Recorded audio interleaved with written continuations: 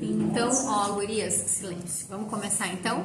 Eu vou ler a partir do João 11, a partir do 17, tá? Quero que vocês acompanhem comigo aí na Bíblia de vocês. Jesus conforta as irmãs de Lázaro. Ao chegar, Jesus verificou que Lázaro já estava no sepulcro havia 4 dias. Betânia distava cerca de 3 quilômetros de Jerusalém. E muitos judeus tinham ido visitar Marta e Maria para confortá-las pela perda do irmão. Quando Marta ouviu que Jesus estava chegando, foi encontrá-lo, mas Maria ficou em casa. Disse Marta a Jesus: Senhor, se estivesses aqui, meu irmão não teria morrido. Mas sei que mesmo agora Deus te dará tudo o que pedires. Disse-lhe Jesus: O seu irmão vai ressuscitar. Marta respondeu: Eu sei que ele vai ressuscitar na ressurreição, no último dia. Disse-lhe Jesus: Eu sou a ressurreição e a vida. Aquele que crê em mim, ainda que morra, viverá. E quem vive e crê em mim, não morrerá eternamente. Você crê nisso? Ela lhe respondeu: Sim, Senhor, eu tenho crido que tu és o Cristo, o Filho de Deus, que devia vir ao mundo. E depois de dizer isso, foi para casa e, chamando à parte Maria, disse-lhe: O Mestre está aqui e está chamando você. Ao ouvir isso, Maria levantou-se depressa e foi ao encontro dele. Jesus ainda não tinha entrado no povoado, mas estava no lugar onde Marta o encontrara. Quando notaram que ela se levantou depressa e saiu, os judeus que a estavam confortando em casa seguiram-na, supondo que ela ia ao sepulcro para ali chorar. Chegando ao lugar onde Jesus estava e vendo-o, Maria prostrou-se aos seus pés e lhe disse: Senhor, se estivesses aqui, meu irmão não teria morrido. Eu vou até aqui. Depois vamos ver se a gente consegue chegar até aqui, daí a gente continua a partir daqui, tá?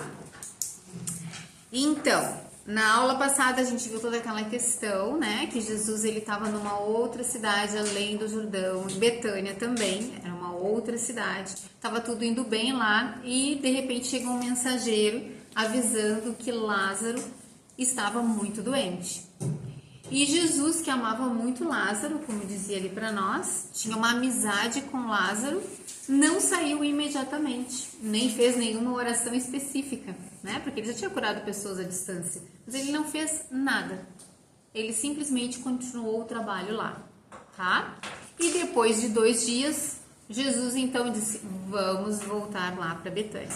E daí os discípulos ficaram preocupados. Por quê? Porque Jesus já tinha saído daquela região ali de Jerusalém, da Betânia, perto de Jerusalém, como a gente viu aqui, 3 quilômetros de Jerusalém. Ele já tinha saído de Jerusalém há alguns meses atrás.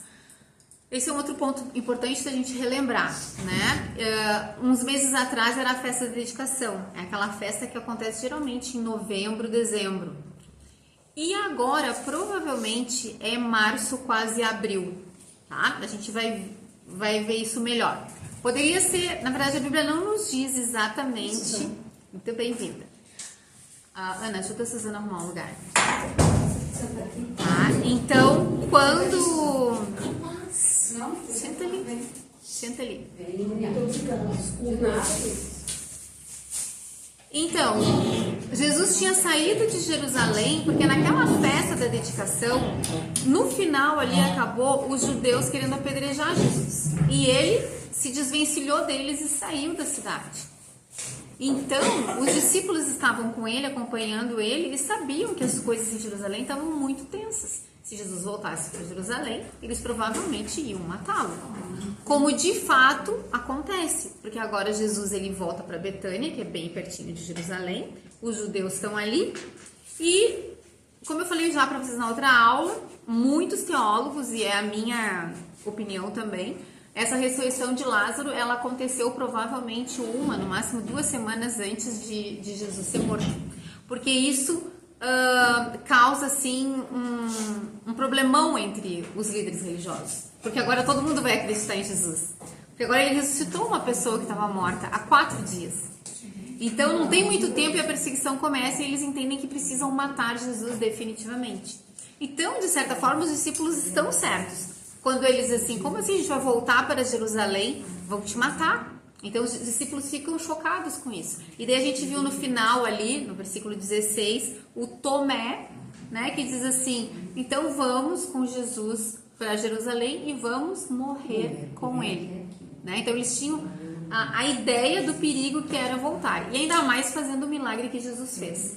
Que esse milagre realmente deixava os líderes religiosos totalmente desarmados. Porque agora como que eles iriam dizer que esse homem era do diabo, que esse homem era um endemoniado, que esse homem era um blasfemo, sendo quem é que pode ressuscitar um morto depois de 4 dias? Então é um milagre insuperável, é o grande milagre. Então eu também creio que provavelmente isso aconteceu 1 ou 2 semanas antes da Páscoa, tá? Esse milagre que a gente está vendo aqui.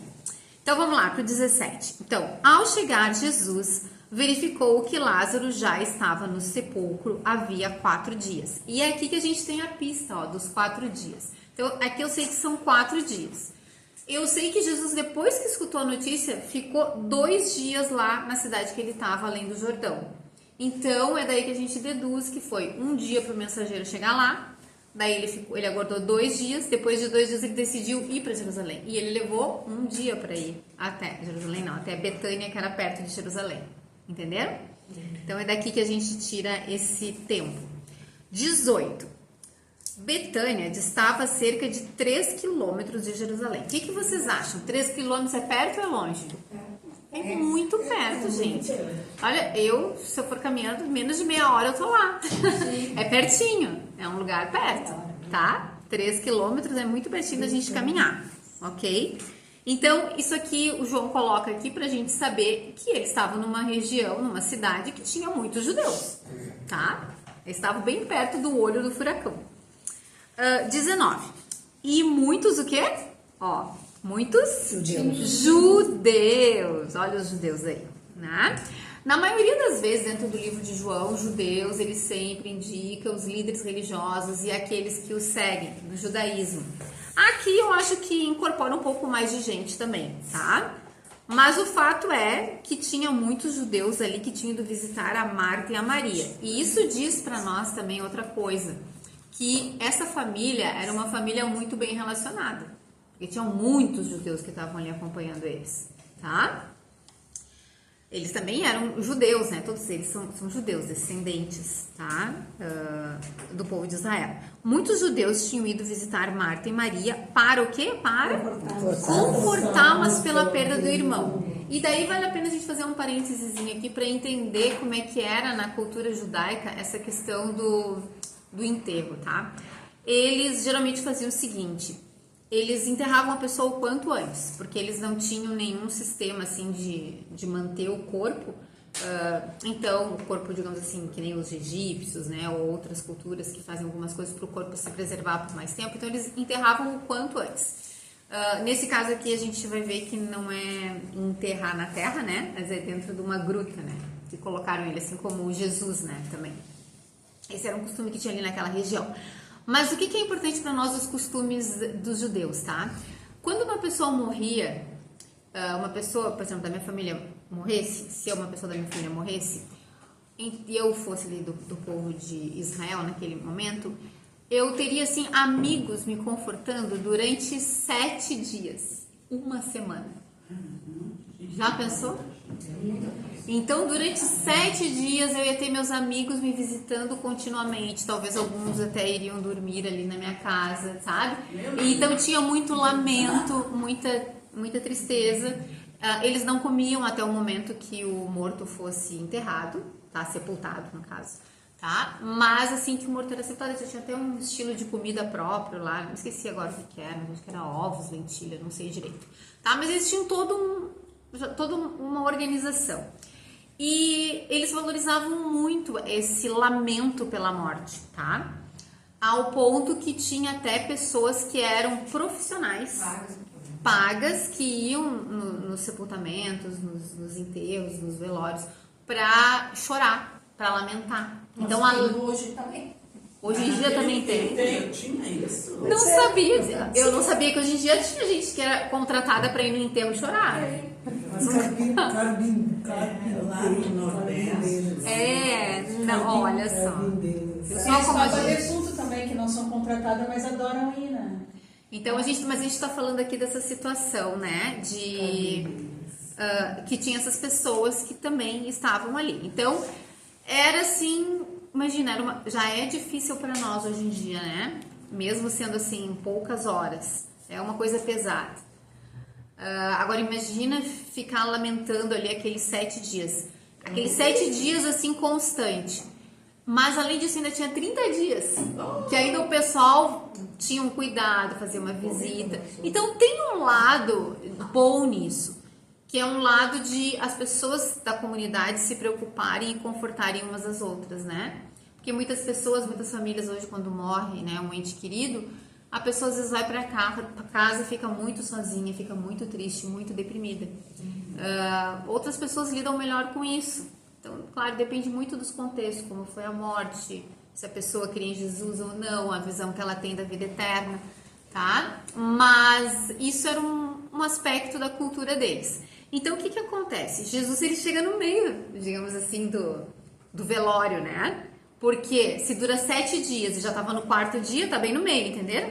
Então tem aquele povo todo ali, todos os amigos, o pessoal que veio de Jerusalém para confortar a Marta e a Maria, tá? 20. Quando Marta ouviu que Jesus estava chegando, foi encontrá-lo, mas Maria ficou em casa. Aqui eu quero chamar a atenção de vocês para a personalidade dessas duas irmãs, que a gente já falou na aula passada. Eu dei uma explicação para vocês, né? Quem era a Marta e quem era a Maria. São personalidades bem diferentes, temperamentos bem diferentes. Então a Marta é aquela que não para quieta, é aquela agitada, é aquela que faz tudo, é aquela que ouviu um barulho já se ligou, já tá antenada, já sai na frente. A gente vê isso claramente aqui, ó. Eu entendo pelo texto bíblico que a Marta ficou sabendo que Jesus estava vindo, tá? Ó. Quando Marta ouviu que Jesus estava chegando, ela ouviu. Alguém falou alguma coisa? Tá bom, obrigada. Então, quando a Marta ouviu que Jesus estava chegando, eu acho que ela ficou sabendo, os informantes dela devem ter falado para ela, né? Porque tinha um monte de gente ali, alguém informou para ela que Jesus estava chegando. Ele ainda não estava, né, na cidade delas, ele estava perto. Então, quando ela ouviu, o que ela fez? Ela saiu correndo. Aqui não diz saiu correndo, né? Mas eu assim, eu imagino a Marta. Ela saiu correndo e foi ao encontro de Jesus. E eu acho que ela não falou para Maria. A Maria estava lá chorando. A Maria já era uma pessoa mais melancólica. Já estava ali triste, para baixo. E a Marta é aquela que tá ligada, tá antenada, tá vendo tudo que tá acontecendo. Já chegou uma informação e já saiu. Entenderam? É assim que eu enxergo, pelo menos, as duas aqui. Então, ela foi ao encontro de Jesus, ela nem esperou Jesus chegar, ela já foi direto ao encontro. E daí diz ali, mas Maria ficou em casa, entendeu? É que depois a Marta chega para Maria e diz, né, o Senhor pediu para te chamar. Então, por isso que eu acho que a Maria não ficou sabendo. 21. Disse Marta a Jesus, Senhor, se estivesses aqui, meu irmão não teria morrido. Essa primeira frase dela, imagina assim, se encontrar de cara com Jesus. E a primeira coisa que ela faz, o que ela faz? Repreendeu Jesus de novo, né? Porque a gente já tinha visto a história dela lá em Lucas, né? Que eu acho que até falei pra vocês que era Lucas 16, mas é Lucas 10, tá? E a história lá é a mesma coisa, ela repreende Jesus lá. Que tu não te importa, né? Que a Marta, que eu tô sozinha, que a Marta diz, né? Tu não te importas que eu tô aqui e a Maria tá aí nos teus pés e não tá me ajudando? E aqui ela basicamente faz a mesma coisa, mas ela chama Jesus como Senhor, tá? Então isso é muito importante, apesar dela ter dado, digamos assim, essa repreensão, mas ela reconhece que ele é Senhor, ok? E daí olha o 22 é um versículo para mim muito enigmático, surpreendente. Mas sei que mesmo agora Deus te dará tudo o que pedires. Então parece que ela crê que pode haver uma ressurreição, não parece para vocês? Para mim parece, tá? Mas depois adiante no texto a gente vai ver, não parece. Então fica uma coisa meio misteriosa, assim, né? O que passa pela cabeça de Marta. Disse-lhe Jesus, no 23 eu tô agora, o seu irmão vai ressuscitar. Jesus simplesmente, né, não entra na repreensão dela e simplesmente afirma uma grande verdade: o teu irmão vai ressuscitar. E Jesus estava falando de uma ressurreição que ia acontecer naquele dia, daqui a pouco. Só que o que ela entendeu? 24. Marta respondeu: eu sei que ele vai ressuscitar na ressurreição, no último dia. Então, olha que interessante. Aqui tem muitas coisas interessantes sobre a Marta.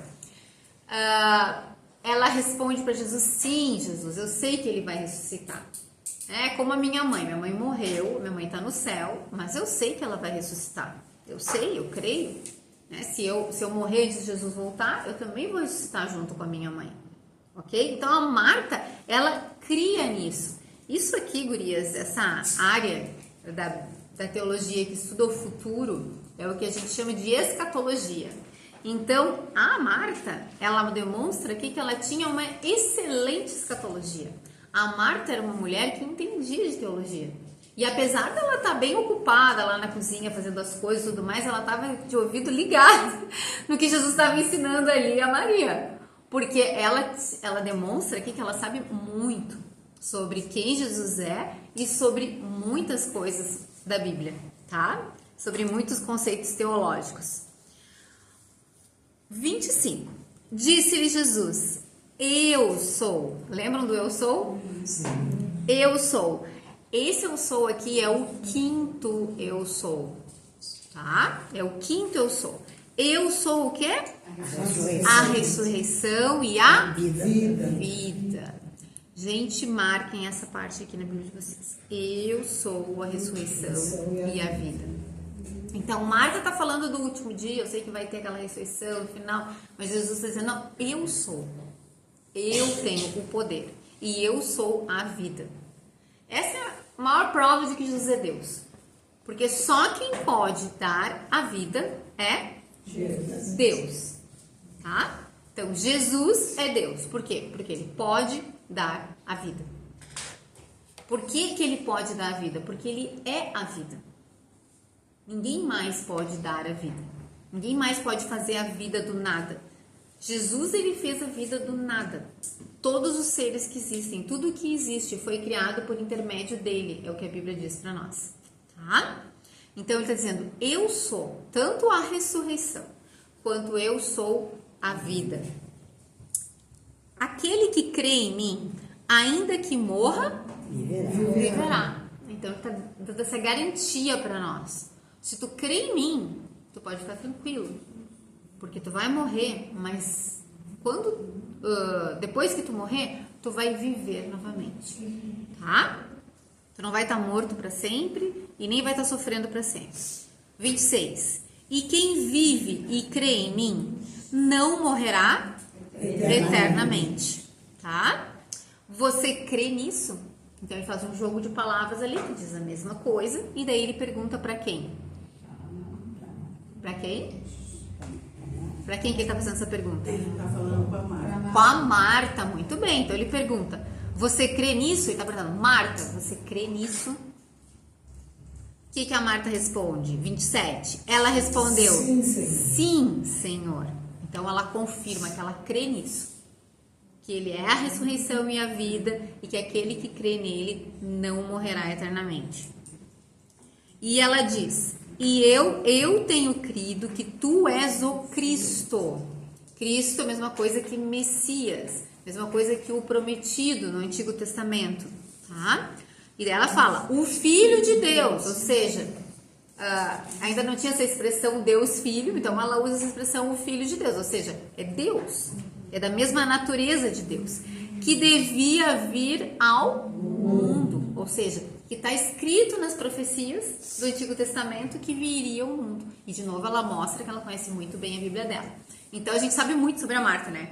Que ela é bastante ativa, ela é bastante proativa E ela tá sempre ligada, mas ela também prestava atenção nos ensinos de Jesus, e todas as vezes que ela esteve com Jesus, porque ela conhecia muito bem, ela tinha uma ótima teologia. 28.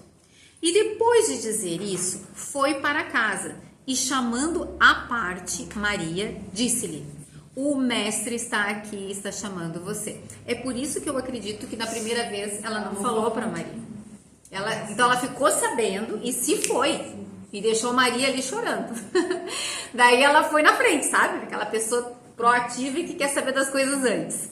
Característica da Marta, tá? E daí depois, então, ela conta pra nós, a Bíblia conta pra nós aqui, que o mestre está aqui, está chamando você. Ou seja, Jesus deve ter dito pra ela: chama Maria, manda Maria vir aqui. Tá? 29. Ao ouvir isso, Maria levantou-se depressa e foi ao encontro dele.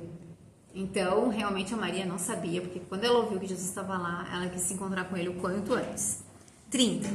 Jesus ainda não tinha entrado no povoado, mas estava no lugar onde Maria o encontrara.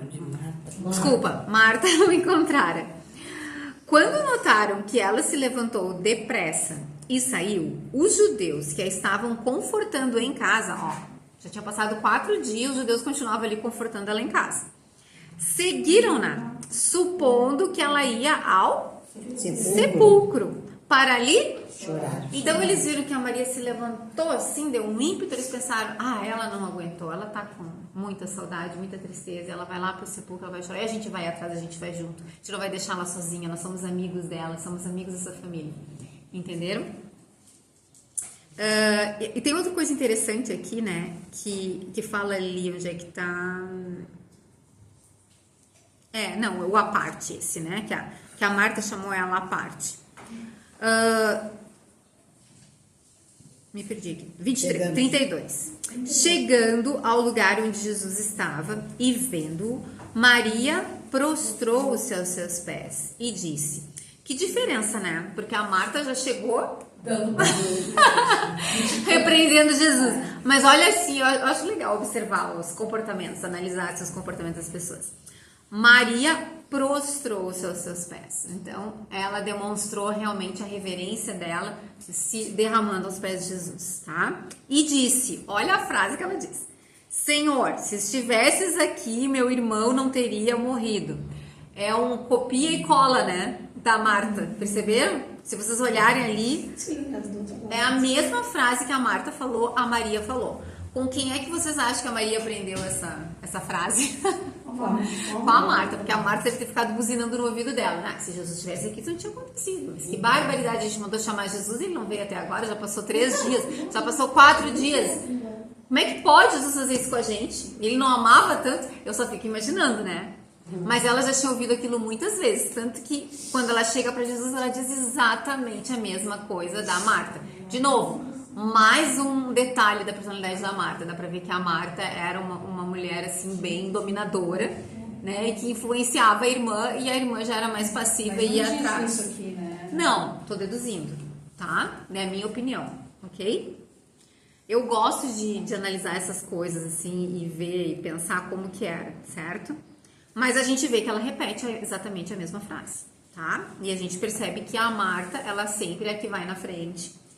E ela só chamou a irmã porque Jesus mandou chamar, né? É o que parece aqui. 33.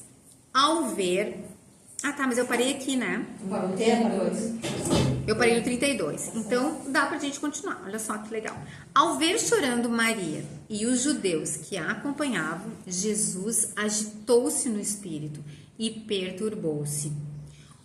Olha que interessante isso aqui, gurias. Quando ele viu a Maria prostrada, disse isso e estava chorando, está cheia de lágrimas, tá? E ele viu os judeus que estavam juntos com a Maria, que vieram, então aquele monte de gente, imagina, veio a Maria chorando, e veio todos os amigos dela, aqueles judeus que estavam com ela, todo mundo acompanhando e chorando. Então Jesus se agitou no espírito e perturbou-se. Isso aqui é algo que indica assim, uma tremenda emoção que Jesus teve dentro dele, tá? Uma emoção assim muito forte. E daí ele fala no 34. Onde o colocaram? Perguntou ele. Vem e vê, Senhor, responderam eles. Daí vem o 35.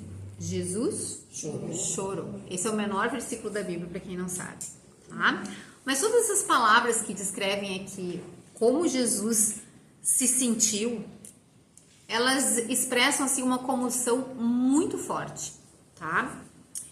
E daí olha o 36. Então os judeus disseram: vejam como ele o amava.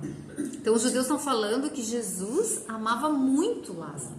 Para ele estar tão perturbado assim, de espírito, e eles terem percebido tudo isso. E daí olha o 37. Mas alguns deles disseram: ele que abriu os olhos do cego, Jesus, não poderia ter impedido que este homem morresse? Já criticando. Então eles viram ali toda a comoção de Jesus com aquela situação. E daí na hora eles disseram assim: tá, mas ele já fez milagres tão grandes. E esse último milagre que a gente ouviu, porque eles que são os judeus, né? Alguns dos judeus que certamente viram e ouviram tudo aquilo que aconteceu com o cego lá em Jerusalém, na festa da dedicação. Eles já fizeram, né, a conexão. Puxa vida, ele fez aquele milagre incrível naquele cego. E ele não poderia ter impedido que o Lázaro morresse? Então eles começam a se questionar. Ainda sobre Jesus, tá? Eu quero explorar algumas coisinhas a mais com vocês aqui.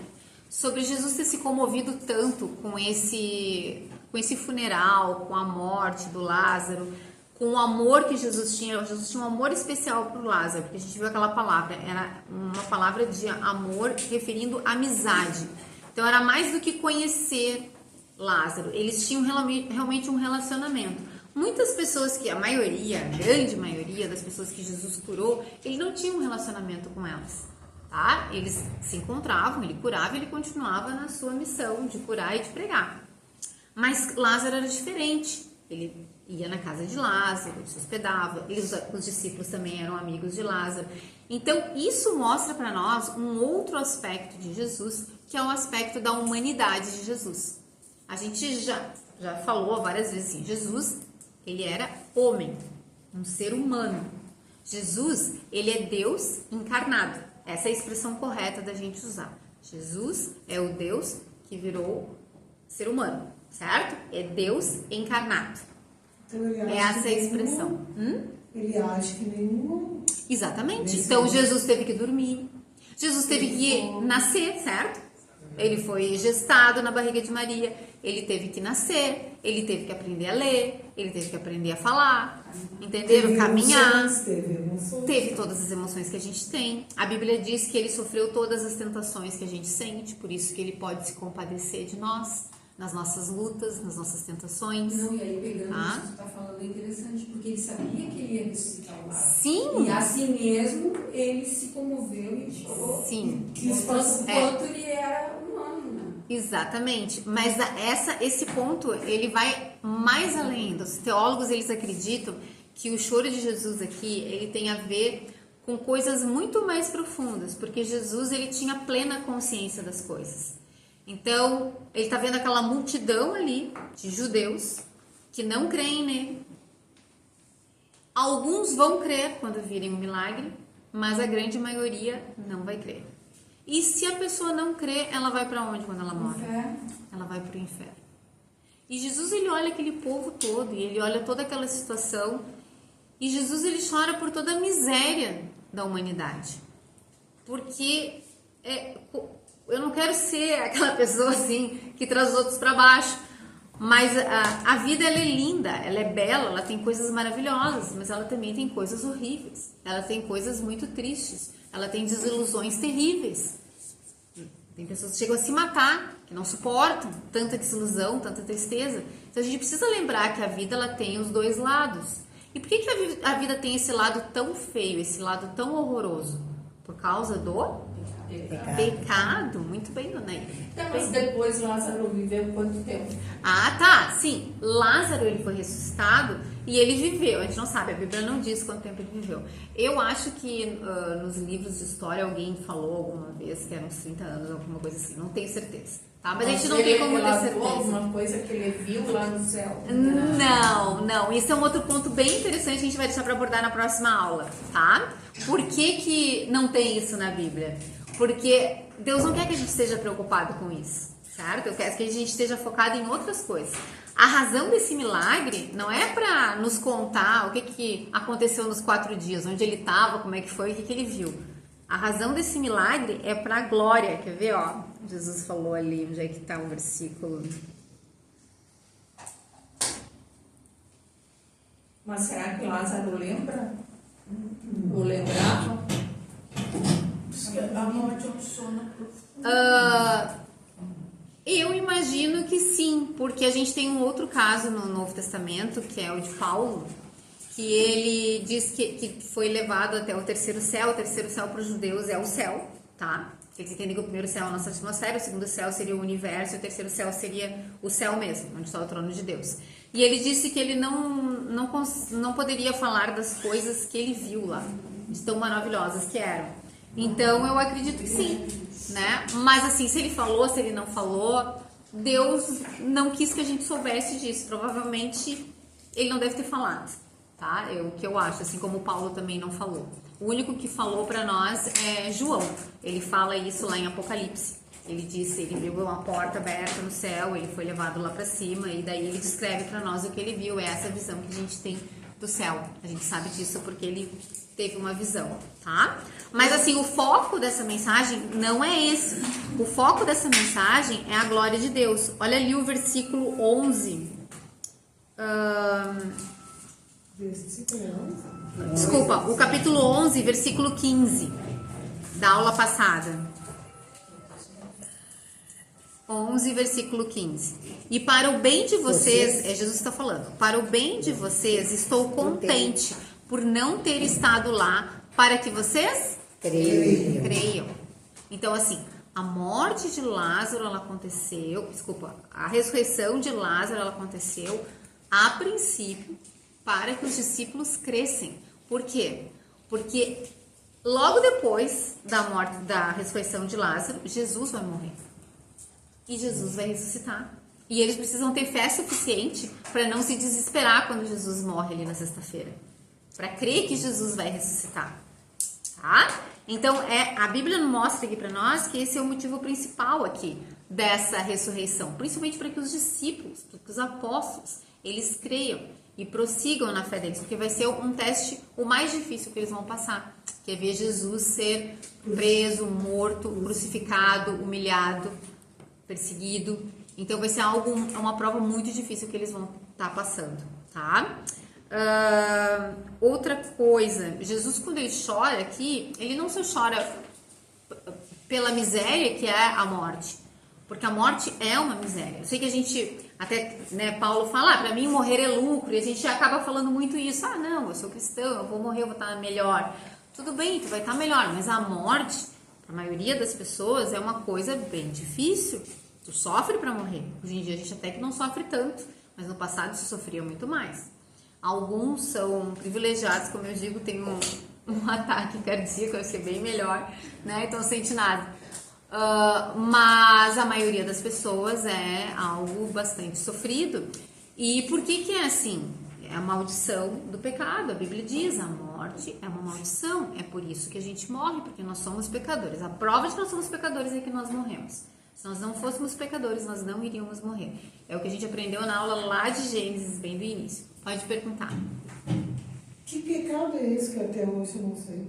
É o pecado que nasce conosco, tá? É o que a gente chama de pecado original. Então, Adão, no início lá da Bíblia, quando Deus criou o homem e a mulher, ele deu só um mandamento. Ele deu um mandamento para Adão. Ele disse assim, tu pode comer de todas as árvores, só não pode comer dessa árvore. Exatamente, muito bem. Excelente resposta. Desobediência. Deus só deu um mandamento. Só um. E Adão conseguiu quebrar o mandamento de Deus. No momento que ele comeu, Deus disse, antes Deus já tinha dito, não coma dessa árvore, porque no dia que comer dessa árvore, tu certamente morrerás. Certamente morrerás. E é por isso que todo mundo morre. Deus podia ter matado Adão naquele momento? Podia. Deus podia ter feito ali na hora, fulminado Adão e Eva. Deus teria todo o direito, porque Deus disse para eles que não era para eles comerem. E se eles comessem, eles iriam morrer. Mas pelas misericórdias de Deus, Deus deixou eles viverem e ainda deu para eles uma promessa. Que a semente que viria da mulher, que Deus estava se referindo a Jesus, certo? Esmagaria a cabeça de Satanás. E salvaria a raça humana. Porque se Deus simplesmente deixasse a raça humana sem um salvador, estaria toda a raça humana no inferno. Mas Deus então, no seu plano maravilhoso, ele enviou Jesus no tempo exato, descendente da mulher, tá? Que é a Eva, certo? Então, Jesus, ele é aquela semente lá que Deus prometeu lá em Gênesis, e ele é o nosso Salvador. Porque, na verdade, por que Jesus teve que morrer? Porque Jesus tinha pecado? Não. Então, se tem alguém que não deveria morrer, é Jesus, certo? Mas por que ele teve que morrer? Porque ele recebeu sobre ele o pecado de todos aqueles que iriam crer nele um dia. Então, se todos nós cremos verdadeiramente em Jesus, o nosso pecado estava lá naquele dia, quando Jesus morreu, antes da gente nascer. E todas as pessoas que ainda vão nascer e que ainda vão crer em Deus. E Deus sabe de todas as coisas, sabe tudo o que vai acontecer. Sabe quem são essas pessoas. Então, ele colocou todo esse pecado sobre Jesus na cruz. E esse foi o grande sofrimento de Jesus na cruz. Não foi os pregos, não foi ficar pendurado ali, não foi as chicotadas. Isso não é nada comparado com o poder de Jesus. O grande sofrimento de Jesus é, sendo Deus, ele se fez pecado por nós. É isso que Paulo fala para nós. Então, imagina, Deus que não suporta o pecado, que não suporta o pecado. Ele, Deus, Jesus Deus, ele recebeu, ele se tornou pecado por nós naquele momento na cruz. Para quê? Para que nós fôssemos salvos. Porque Deus é justo, ele pune o pecado. Então, se nós somos perdoados, não é simplesmente porque Deus, vou te perdoar. Não, alguém teve que pagar o preço. E quem pagou o preço foi? Jesus. Muito bem, gurias. Então,